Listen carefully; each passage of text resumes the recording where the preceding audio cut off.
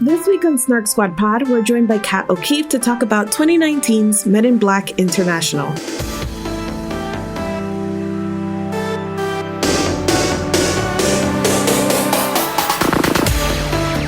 Welcome back to Snark Squad Pod. My name is Marines. I'm Nicole Sweeney, and we are joined once again by our friend Kat. Hi, I'm Kat O'Keefe. I make videos on YouTube about books and writing and storytelling, but I spend most of my time on Twitter. And Kat is back again this week, not to talk about books, but to talk about Men in Black International. This is a soft reboot, spin-off, I don't know what you want to call it, from the original Men in Black trilogy. This time, we start off with Tessa Thompson playing a character named Molly, who, as a small child, witnesses an alien encounter, and she sees her parents' memories wiped with the famous Men in Black memory wiping gadget, but her memory isn't wiped. So she, spends the rest of her life knowing that this thing happened, and nobody believes her, and they think she's delusional. She's clearly super smart because she manages to, potentially get a job with all sorts of spy agency organizations. And every time she gets to sort of the question of like, all right, so what are you interested in doing? She keeps hinting that she wants to be in the secret division, the one you don't tell people about. And everyone's like, we have no idea what you're talking about.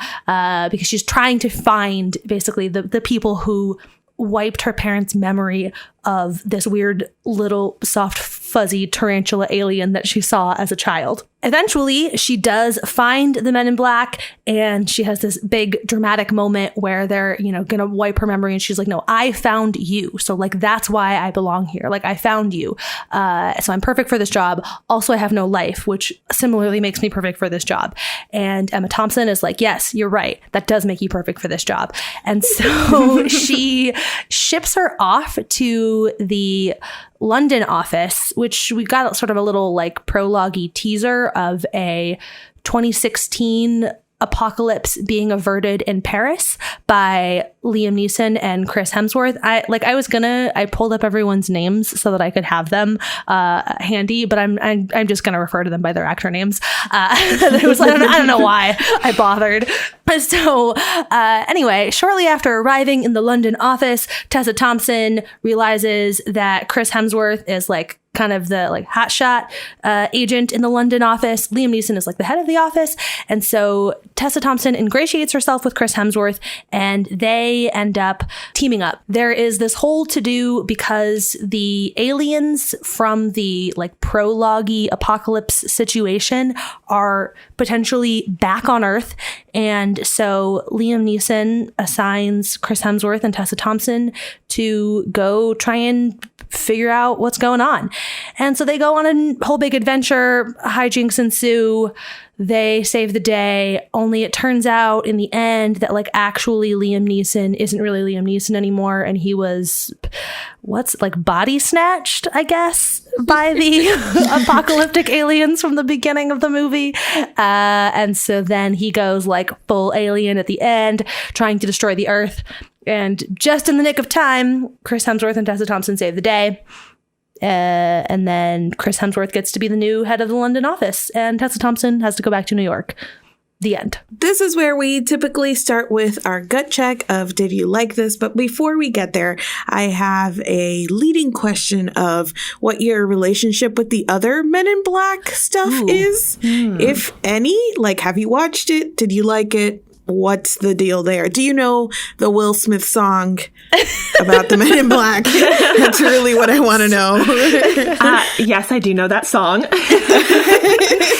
I did. I don't know if I watched all the movies in the original trilogy. I feel like I saw the first two at least, but it must have been 15 years ago. So it's been a while. Don't have much memory about it, but I do remember enjoying them. They were fun movies. I definitely watched all of them. I was thinking about this after we finished recording our coming of age episode, last week's episode, because I didn't really have, good answers in terms of what my coming of age media was, in part because during preteen years, early adolescence, late childhood, I most of what I was consuming was like the action and horror that my older brother was into. So like my stuff wasn't necessarily coming of age stuff. It was like, I don't know, explosion movies that Josh watched. Which definitely included the Men in Black movies. And obviously I am very familiar with the all important song. So yes, this was definitely a big part of stuff that I was consuming as a kid. Have not watched them since then, like as an adult. It's been a lot of years, and so my memories are super hazy, but I had like strong experiences with them as a kid. I definitely watched the first one. I suspect that I watched the second one, but I don't remember. And I definitely didn't watch the third one that I didn't even know existed. Somehow in 2012, I was doing something and completely missed that there was a third Men in Black movie. So yeah, I rewatched the first one multiple times, and leaving the theater, my initial reaction was, well, now I want to watch the original, which I don't know. Amazon probably knew, and you had to rent it. It wasn't like on Prime. It was like a cash grab. I guess for even technically more I did of my the third money. one. I was an adult. I feel like I have to now clarify then that technically I was an adult when the third one came out. But yes, anyway, sorry. Continue. I lied. I mean, the fact that it came out in 2012, I was like, really? Yeah, when you just said that, I was like, oh, I definitely didn't watch the third one either, because I did not know it was 2012. That's more recent than I thought it was. Yeah, but anyways, so yeah, it seems like we're all on the we're familiar with it. I don't know, hazy memory kind of train. So we'll come back around to our actual first question. Did you like this movie, Men in Black International, Kat? I did. I enjoyed it. It didn't blow me away in any sort of fashion. But because I don't have a lot of strong feelings about the Men in Black trilogy, what I was really going for was Tessa and Chris, because I love them.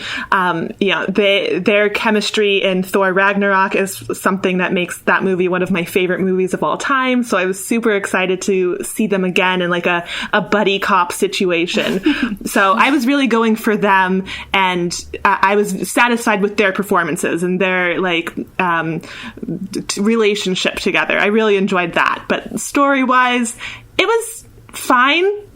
My answer is more or less the same. I mean, yes, like Tessa Thompson and Chris Hemsworth is like, that's the reason that I wanted to go see this movie. Like here in the year of our Lord 20 by teen, like I want to go see a Tessa Thompson, Chris Hemsworth movie. Great, cool. My expectations were pretty low. I expected like romp basically. And more or less it was that. It was a sort of fluffy nothing plot wise, but I enjoyed Chris Hemsworth and Tessa Thompson, and I don't know, I laughed. It was fun. Fun, if perhaps forgettable. Yes, I thought so too. I thought it was fine as well. I am, because I'm such a rewatcher, I always think of this in terms of would I watch it again?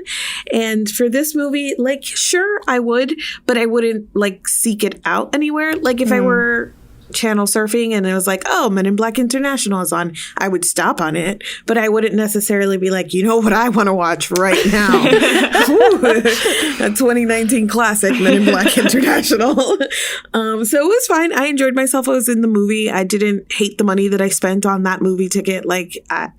It was fine. I don't have any strong feelings outside of that. So I feel the same as that, but maybe one step up. So I wouldn't spend additional money to see it again, but I might search for it on Netflix one day. I would agree with that too. I wouldn't go see it again in the theater or anything, but when it's on Netflix, I probably will watch it again. But again, that's just because I love Tessa and Chris together so much. Right, yes, that's precisely the reason for it. Will not be because I'm ooh, let me see this story again. Yeah.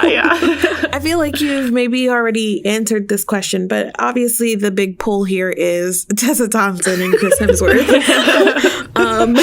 But so were you satisfied, I guess, with their performances and the chemistry and all of that jazz? Because it was obviously no Thor Ragnarok, and I don't think it's fair to make that comparison necessarily, right, but they're right. The two leads from that movie transported somewhere else. So how'd you feel about them here?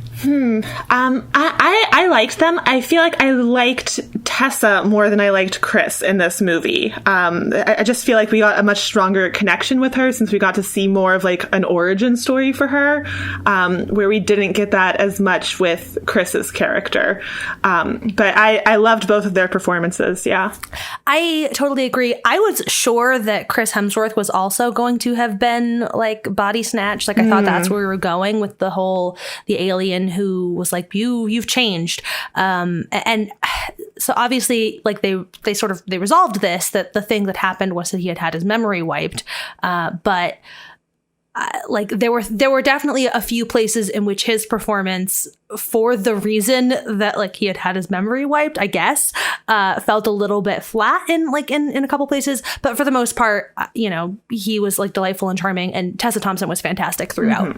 Yeah. I also felt that it was a little bit flat, but I guess my hang up is less with their performances and more with that there was precisely like one really funny character in this to me. And there wasn't a lot of like humor for them, which I think that, I don't know, there was something about it that they didn't have a lot of that comedic timing sort of stuff to like play off of, which kind of disappointed me at times a little bit.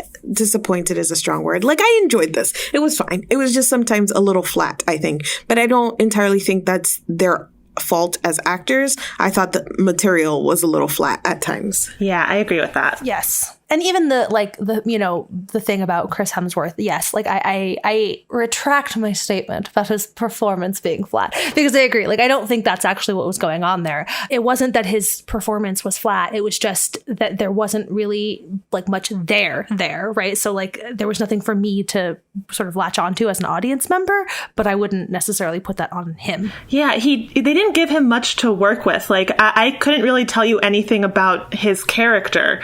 Like with Tessa, she had ambition, she had a goal, she was like really committed to this, but his character was just kind of there, and like I couldn't really tell you like what his ambitions were, what he wanted. Did he have a goal at all? Like he just seemed to kind of be there. And you could almost argue, like, again, that there is a narrative explanation for this in the memory wipe, but I mean, one, that's a pretty small memory wipe, and two, that is an explanation that doesn't come until the very end of the movie. So like we have to watch this character, like you have to give us something for the entire movie that we're following this character. Right now, this movie is sitting at a 24% on Rotten Tomatoes. Oof. Yeah, so it's not being well received at all, and so I don't know. I guess I kept thinking about my experience as I was leaving the theater, because I kind of immediately knew like that was fine. And I was leaving. There was like an older couple walking behind me, and the wife turned to him and was like, "What did you think?" And his response was, "Well, I thought it needed more Will Smith." And so Sure, sir, I appreciate that sentiment. But I think there's something to be said here about this being like a spin-off / reboot, and kind of getting that comparison, and then also getting the Ragnarok comparison, and just like the idea of like letting this exist on its own versus people comparing it to what came before it. I don't know if that seems right to you guys, or why you think that this has been so badly received overall. Well, I think the Rotten Tomatoes rating is a little bit harsh. It definitely wasn't the most amazing movie, but it was fun. It was entertaining. It delivered kind of what it promised. Space romp with Tessa and Chris. Yes. All elements present. Yes. Yeah. I mean, some of this is also just like how Rotten Tomatoes works. I believe that it's like that it aggregates in a fairly flat, like good, bad way. Yeah. So like it's not, it's not super fine grained. Right. And so like if you lean, I don't know, like I feel like the way that we answered that initial question, it would turn us into like tomato splat, right? Like, and so, which is like not, a particularly thorough or holistic, I guess, assessment. So like some of it is that number like what that, I don't know, what does that number actually mean? I don't know. But also I agree, like that definitely feels way too harsh. I don't know, I laughed a lot. It was funny. It was not thoughtful humor, but it was like light and fluffy and whatever.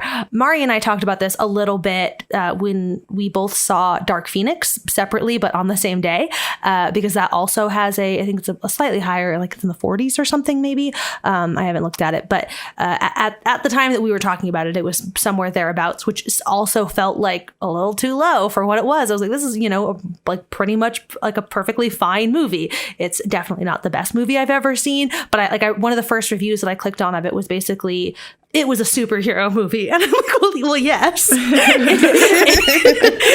was a superhero movie. And like, basically the complaint was, it didn't do anything genre defying. And, that's sort of the expectation. And I don't know, I'm rambling now. I think that there is something to this reaction that is like, about whether or not things can just be okay, which I'm assuming where you were kind of going with this question. And I don't really know. I don't have like a clean or simple answer to it, except that it feels a little bit like, no, things are not allowed to just be okay. Right. People put so many expectations on it. Like it has to be amazing or it's trash. Right. Yes. And there's so much like extra room between amazing and trash. Right? And I think that honestly, most things exist in that space between amazing and trash. I exist in that. Nicole, just okay. But also, I don't know, like, I feel like there is value in the okay too. Like, I feel like it sounds kind of exhausting to watch either only amazing things or only trash things. Like, there's times that you very much crave, like, just okay.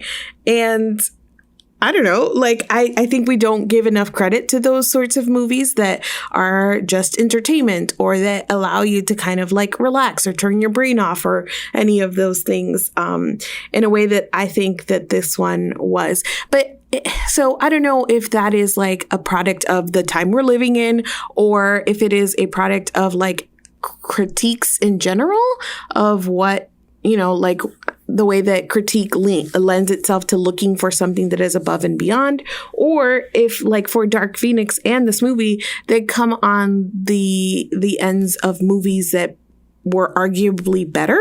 And so that comparison then makes it harder to just acknowledge that it was okay and move on. Yeah, I think it's all of that. It's a lot of factors. And also the fact that in this day and age, there are so many things that we can be watching, reading, listening to, so many things demanding our attention that, we have to kind of be a little bit choosy with what we give our attention to. So people tend to gravitate more like, if it's not amazing, then why would I waste my time on it? And then like getting mad at the movie for taking their time. Yeah. I also think that part of it is just like the role of media criticism is different now. And so that's another piece of it. Like it is obviously there still exists a professional class of media reviewers. Like that job is a thing, but it exists with far less hierarchy than it used to because of social media. And I mean, like literally us, like this thing that we're doing right now exists in this weird sort of gray space.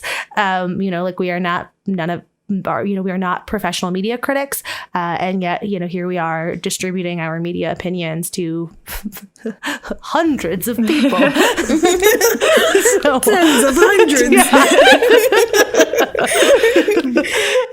So like, what does that mean? How does that affect all of this? I don't know. Like that is sort of messy and complicated, but I think something in that, like both because everybody, like if you're going to participate in the conversation, you're participating because you have a strong feeling, right? Like a non-opinion, like there's nothing, you're not going to bring your non-opinion to the conversation, right? So generally that opinion is going to be like, I love this or I fucking hate this. So like, that's why you're entering the conversation in the first place. And then also there is the need to be heard within the conversation. And so you need to present the version of the thing that will cause people to pay attention to your sort of take. And so I think that also factors into all of this in terms of like why a thing can't just be okay.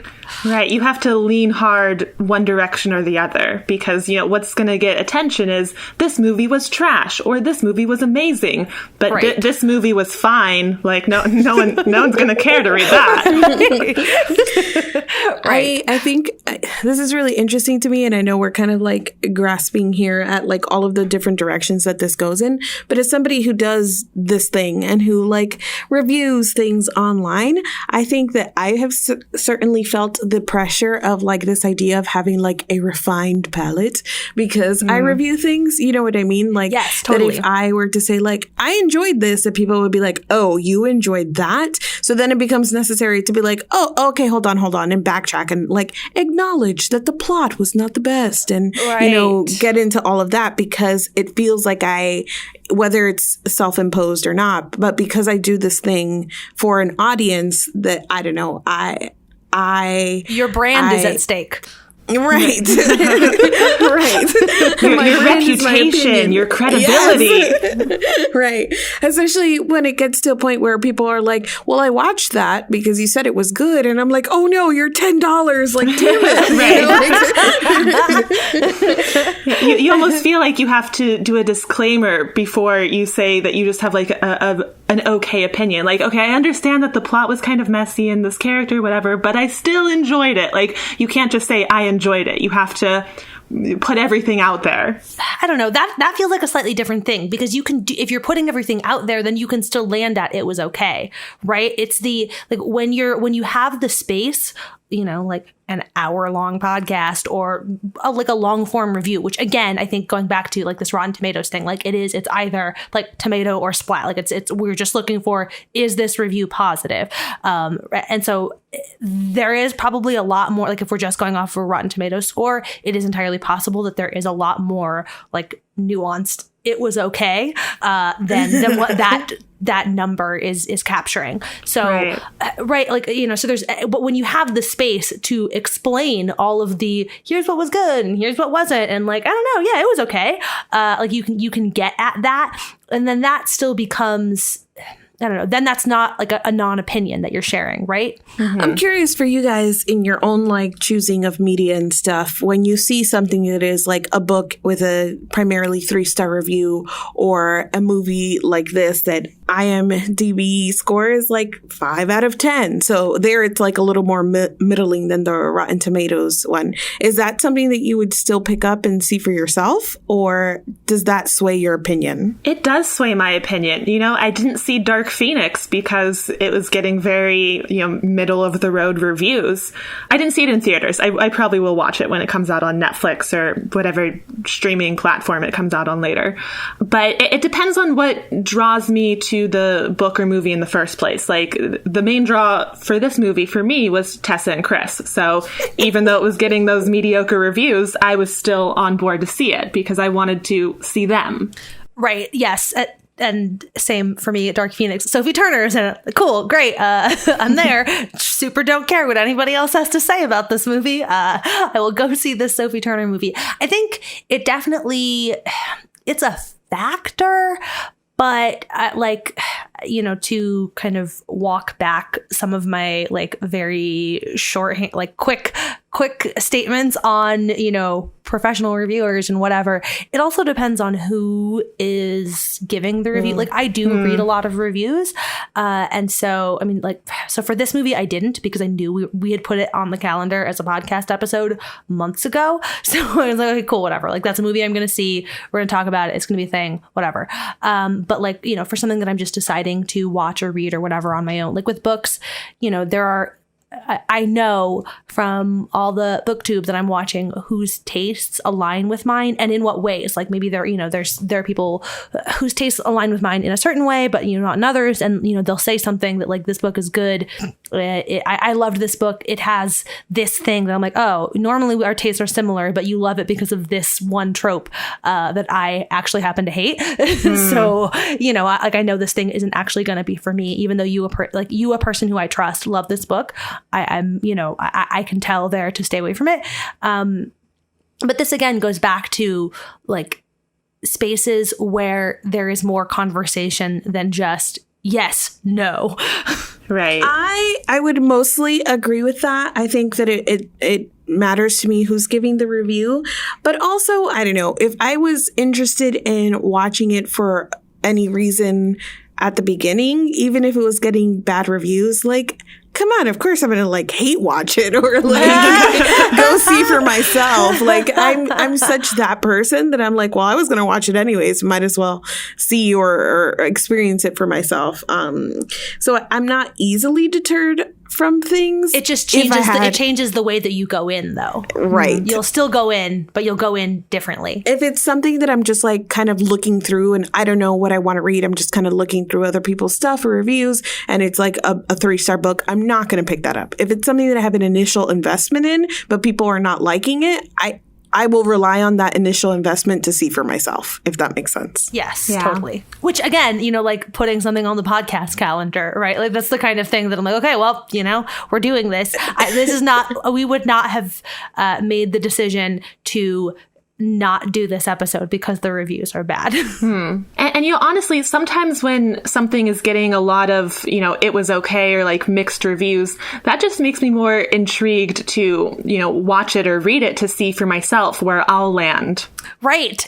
Yes, totally. And I think that especially happens with mixed reviews, where if it's like universally negative, you're kind of going in there being like, I'm doing this to myself. But if it's like middle of the road where some people are saying like, it was great, and some people are saying it was not great, finding out where I land is like exciting. It's part of the enjoyable thing, of going and experiencing that media. Yeah, like with this movie in particular, because of some of the reviews that were going out, I didn't have very high expectations. So I feel like I ended up enjoying it more than I thought I would because my expectations had been lowered. And I was just going for Tessa and Chris, and I just wanted like a fun, entertaining movie. And that's what I got. It was fun. It was fine.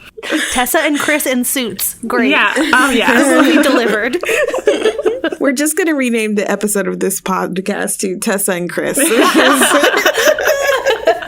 I guess, honestly, there are other elements to this movie than just Tessa and Chris. Like, there's a plot and some other actors and some aliens and stuff. So maybe we should talk a little more about them after this like tangent into aggressively fine movies. Let us talk about the other elements of this movie. Were there any other things that you really enjoyed or any things that kind of tempered your experience? Well, I mean, since I gushed about Chris and Tessa in suits, it must also be acknowledged that Emma Thompson wears a suit and looks great. So this is true. Other people in suits. I liked Pawnee from the trailers. I wasn't necessarily expecting to because I thought he was going to be like an annoying character, but I ended up really enjoying him as like a sort of comedic sidekick. Mm-hmm. I did as well. I think that was like one of the like plus it says CGI alien in my notes because I couldn't remember his name. But I mean, one of the more entertaining back and forth or scenes for me was where Pawnee was like passing messages between between Tessa and Chris, and just kind of adding his own spin on it. I thought that was really funny. Like, I don't know, there was something about his humor that it was a little on the nose or a little like in your face, but I enjoyed it. And I thought because some of the other plot was like missing that humor and felt a little flat, like he really revived a lot of the movie for me. I think the thing about his humor was that a lot of it was like a little childish. And I feel like this movie is intended to be something that you can take your kids to, right? Like there were quite a few children in my theater when I was watching this movie, and like that seemed about right. I don't know, like the theater full of 10-year-olds. Right. I wonder what their experience is like, because they're probably not familiar with the original Men in Black trilogy, and they may or may not be familiar with Ragnarok. So I wonder how this movie was as a first-time viewer into the Men in Black franchise. I will say that all of the jokes landed in my theater. And again, this is a theater full, there were many 10-year-olds in my theater. And so that seems like a big thing that stands out to me as maybe part of where the experience differs. I know, like, when Mari and I talked about it very briefly after I got out of the theater, you said that, like, you didn't laugh quite that much, right? So, like, Pawnee was basically the sort of main source of humor that worked for you. I think there were other parts that got quite a few laughs in the theater that I was in, but some of that might have to do with the fact that there were so many children. That kind of viewing experience is like infectious too. Right, like, absolutely. You're like, all these people are enjoying Everyone's laughing. I'm laughing. Wow. I have a question. What do you guys think could have been different about this movie to make it better? Because I've been thinking about this, and it's hard to pinpoint exactly what it was that just made it kind of underwhelming, like not amazing. It keeps coming back to the story for me, how it was just very mediocre, like very predictable, which predictability isn't necessarily a bad thing, but it feels like it almost is in this day and age where everyone wants plot twists and surprises, and like you have to go above and beyond to impress someone. See, I don't think that predictability is the problem here so much as like hollow. Like, it was just very hollow. I think the couple places where they tried to inject depth, like the whole sort of plot with Riza, whatever, and the kind of side conversation that Chris and Tessa have about being in love, that like that whole bit felt sort of out of place in this movie. Like I think like the two of them had decent chemistry, and I don't object to the idea of them having like a romantic relationship in a future iteration of this, future whatever. If they make more movies in this franchise, by all means, go that route. That's fine. Like, my issue with it wasn't, no, don't do a romance plot. Though I also don't think it's necessary. The way that they were hinting at it was just weird. Like, I like that sort of teasing out. Like, so we when Tessa Thompson first, finds her way to Men in Black, and like as she's pleading her case to Emma Thompson about why she should, join the agency, she mentions that she like has no life. She has, no one, nothing, whatever. Like, stuff like that is there, but it's never, fleshed out or pursued in any meaningful way. And so it felt very throwaway. And like that was kind of the case with everything, like plot wise in this. So I don't know. I think that they needed to add more weight to any of the little plot pieces that they kind of sprinkled throughout. Yeah, it was kind of a lack of commitment. Like, they had all these things that were like kind of there, but they didn't really commit to anything. And I would even argue that my knee-jerk reaction is to say, like, add more depth in terms of, like, even they showed us a little like flashback of Tessa Thompson's early life and why she got interested in there, but there wasn't really an emotional connection of like what that past really meant to her future. So that would be like my initial thing, like add depth to her character, add depth to his character, and kind of take it from there. But alternatively, I feel like you could also take all of those little like hints of things completely away and go more ridiculous or bigger or more faster, more action packed sequences, more chases, more aliens, and then just kind of ramp it up that way, which is also a very viable kind of solution here. But I think that the middle of the road thing, where it was just like a sprinkling of character with a little sprinkling of action, left it in this weird middle ground where I was like, but now you're neither. Yeah. And yes, absolutely. I will also say that, I don't know, the stakes here were, I don't know if this is oversaturation of like the aliens coming to destroy the whole world, and the fact that we have seen that story on a bigger scale, but the stakes didn't feel super high here. Like I never really felt like something was going to go wrong or something was going to get us. But I'm assuming actual twins that played the bad guys, the aliens or whatnot, I thought they gave like a really cool physical performance. And every time they were on the screen, I was like watching them and what they were doing because they were really like creepy to watch. But also, I don't know, I thought that the stakes maybe weren't high enough. I feel like they weren't really clear. Like, we didn't even know what that item was until halfway through the movie. So we didn't really have any idea of, like, what was at risk. And I mean, that all was attached to the one alien that was a friend of Chris Hemsworth, who dies very early on and is like, protect this with your life. But we don't know who that guy is either. Yeah. And everything we've told about him before that point made him seem kind of scummy, honestly. And then they just kill him and they're like, protect this with your life. And I'm like, I don't know who you are, dirtbag. Like, I'm not sure why I'm supposed to be invested in this other than like the mystery, like, what is it kind of portion. But it takes too long to get us there to the point where we find out what it is. So had they made that a character that you could invest more feelings in, or like, I don't know, made his death a little more punchy or impactful, then we have a reason to care about this. But as it played out, we really didn't. Yeah. I think this goes back to what you were saying before about like either you lean into, building out these characters, or like you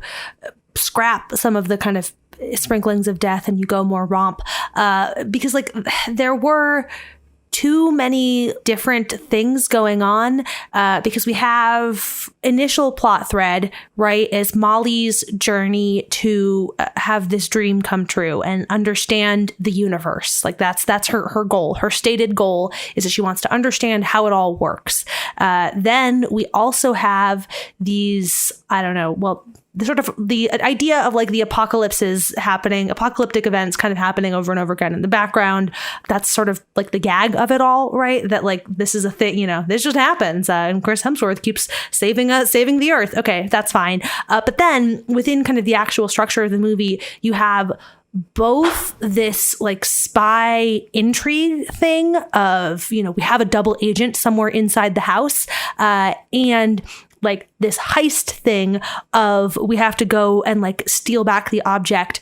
Like there are just like those are sort of three distinct things kind of happening all at once and sort of competing with one another for your full attention and for, I think, the screenwriter's full attention. And I think that is also a big part of why it didn't all come together. Yeah, especially because some of those individual storylines just weren't resolved in a satisfying way. Like specifically with the twins, when they were just like killed and it was just like, oh, they're done. Like they've been built up as like this very powerful like villain for most of the movie. And then Liam comes in and just like gets rid of them at this key moment, and it's just like, oh, okay, they're defeated, they're done. That part doesn't bother me because of the way that it plays into the twist that Liam is like actually the big bad, right? So like that's sort of the things that they have been presented as this very big bad. And then, they're defeated immediately. Liam Neeson shows up and then defeats them immediately. And like, that's weird. I don't know. That piece of it, I think, is that part didn't bother me quite as much as some of the other like open-ended things. But in general, I agree that there were quite a number of things that weren't wrapped up as satisfyingly as I would have liked. Here's like a thing that maybe is now a thing for me. So this felt, hearing you talk about it or explain it that way made me think immediately of Game of Thrones, where it was like the zombie war, and then it was like fake out, actually the last war or whatever. Right. Maybe I don't like stories where you spend the majority of the time invested in thinking that one thing is like the big bad or the end game for the story, only to fake you out and say like it was this all along. I only have 2 examples, but now I feel like I don't like those stories. Okay. in defense of those stories, these are not great examples. However, I also think that part of what I am getting at is that I don't think that it was a complete fake out to then have Liam Neeson be the big bad. I don't know. It was pretty clear for a while that based on the twins, based on what we saw happen there, that the Hive, that's what it was, the Hive from the prologue-y apocalypse, that something went down there and that somebody from the Hive was inside Men in Black, and so I spent a lot of the movie thinking it was Chris Hemsworth, and I think that was kind of intentional, also with the you changed the movie wanted you to think that, right? So but the twist that, or the movie also maybe wanted you to consider that it was Agent C, sure. So I think maybe more could have been done to suggest the possibility of Liam Neeson, but I don't know, not really. He and Chris Hemsworth were both that makes sense to me. All of that makes sense. That Liam Neeson is the person who was infected by the Hive, body snatched by the Hive. I don't know how you want to describe it. The movie doesn't really describe it. So whatever it was that happened to Liam Neeson, I think the movie definitely teased the idea that this was a thing that had happened, and so the ultimate twist, I don't think that this is a shock and awe twist, I guess is where I'm going with that, because I am also inclined to dislike anything that feels like a twist for its own sake, which I think was often a problem that I had with Game of Thrones. I don't think this was a twist for its own sake. Now we're going to just go back and forth on this single plot point. But listen. That's correct. This is basically the only real plot point. Right? That's true. Well, the Game of Thrones thing wasn't a twist either. The fact that it was zombies and then Cersei. We knew that. Mm-hmm. The thing that bothered me was that I didn't know that after investing so much time in zombies first, that by the time they were defeated in a single episode, that I would feel so now about dealing with the rest of it, which is kind of the same way that I felt about this movie, especially because I guess, the thing was that the Hive had infiltrated the Men in Black, but I am more easily I can more easily understand what it would mean for the Hive to destroy the world, which is what we thought these twins were doing, versus oh no, somebody betrayed us in the organization, which obviously there was a bigger part of that too, because the Hive was still trying to destroy the world, but that it felt like an investment, and that moment did feel kind of like a letdown or a drop in pace in a movie that otherwise was struggling a little bit for those quicker moments. I think part of what I was getting at isn't so much I agree with you in both of these cases that sort of what follows the twist to no, actually look over here, it was unsatisfying. But I don't think that, I guess what I'm saying is that I don't think that is just about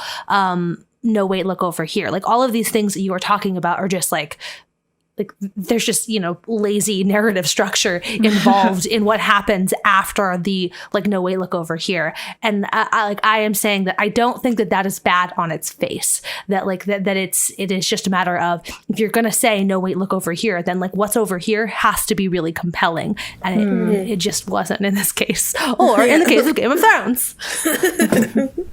Yeah, I think it was less of a fake out and more of just an abrupt swerve that wasn't quite earned. Yeah. And I also wonder, what was Liam or the Hive, what was that character's game plan?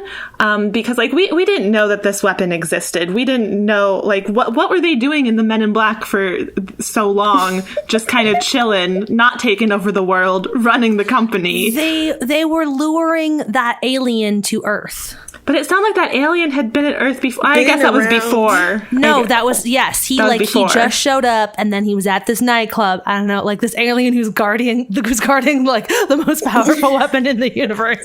He maybe should have taken his job a little bit more seriously. But my understanding is that the Hive was using Liam Neeson's position to lure, do things to lure that alien to Earth so that they could then steal that thing. Yeah, but we didn't really see a plan from him going after that alien. It wasn't until the twins had the weapon and were like on the or had attempted to get the weapon that he seemed to even know it existed. I'm just enjoying myself so much.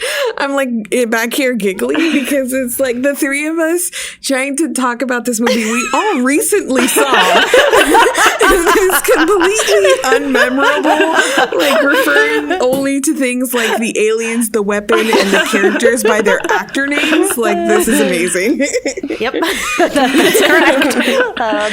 I feel like that's a very solid summary of this movie-going experience. And I feel like analyzing it is hard because there's not enough material for us to work with. Like, the story just wasn't well thought out. That's why we talked about reviews for half of this conversation. Swerve. So, did we earn it? I don't know. Tell us. I saw an article last night that mentioned that part of the reason this movie kind of was all over the place was because it was a lot of different people in the studio reaching in and like trying to direct it in their way, and it just got messy in a studio behind the scenes way, which is disappointing. Yes, always disappointing. I just want to a brief shout out also for, this is like a moment in the trailer, but it was still totally just as satisfying to see it in the movie, for like Chris Hemsworth's like proud of himself thumbs up when he amends his statement to like the men and women in black. I don't know. It just gets me. Got me every time I saw it in the trailer. Got me in the theater. I thinking about that moment too. Like, again, coming off the heels of watching Dark Phoenix, where Jennifer Lawrence's character Mystique has that one moment too that she like yells at Professor X, like, you should just rename it X women because the women are always saving the men around here. And it makes me laugh. One, because I mean, it knew me as the audience, and yes, that kind of thing is always going to land. But it makes me kind of laugh at the way that these franchises that are like old have to probably constantly deal with this, like Men in Black, X-Men. Right. They're even in like the show Supergirl. She like very early on in the season, she has this whole like thing about like, why not Superwoman? And I don't even remember what explanation that they came up with, why it's Superman and Supergirl and not Superwoman. Right. But they have to address these things, right? That are like, they didn't come up with, but I don't know, you just got to deal with now. So I appreciated that they did it with a little bit of humor and gave him his little thumbs up moment. Right. The fact that it was humor and also self-awareness, like that moment, like, and like him having that moment, and then Tessa Thompson's, okay, dude, like focus on the problem at hand reaction. Like also, this is, classic, like, so do you want a cookie? Like for that, like everything about that brief little exchange was like, yes, you have communicated so much. My little moment of like, oh, okay, this is, it landed, it's on the nose, but I don't care, I love it, was during a fight sequence with Chris Hemsworth that at one point he picks up a little baby hammer. Yes. And it up, and I'm like, a hammer! And I thought it was just really cute, especially because he promptly gets knocked out and does nothing with the hammer. Yeah. That's a nod to the fact that all three of us were there for Tessa and Chris. Right. I was sitting next to a woman and a bunch of, 10-ish year old kids. And the woman had a very intense audible reaction to that bit, and then like turns and explains to like the kid, basically it was like me, kid, her, and then kid, like down. But then she like turns to the kid next in between the two of us and like explains the joke to him. And it was just, I don't know, like I could hear how delighted she was about it. And that made me appreciate it even more. The other one too is shortly after they first meet, when they have like a "do I know you" moment with Chris and Tessa. That was also like a fun little, yes, good. Give me more of these little in jokes for the audience. Remind me more of the other better movie that actually brought me here. Remember, you love these this other movie with these two people. Think about that. It's kind of funny that the movie is self-aware enough to know that, like, we're going to enjoy these things more because of, like, cultural context of other things. Mm-hmm. Like, it's very much like almost fan servicey kind of. Mm-hmm. Oh yes, very much so. That is a whole other, half an hour long sidebar, like the concept of fan service. Like I don't say that disparagingly in general. Like I don't associate that term as being as possessing any sort of moral quality, though I think it does for some people. But like definitely, I would describe this as fan service. Yeah, I don't think it's a negative. I enjoyed it. I was served. Yeah, I am a fan. I was served. Like, that's what I was there for. So, good job. And on that note, thank you all so much for listening. And thank you to Kat for joining us this week. We'd love to hear all of your thoughts on Men in Black International, if you have them, but also on movies that are just okay. There will be a post dedicated to this episode up on SnarkSquad.com. You can also sign up to join our community on Patreon.com/SnarkSquad. And there you will find polls, live hangouts, and other bonus content.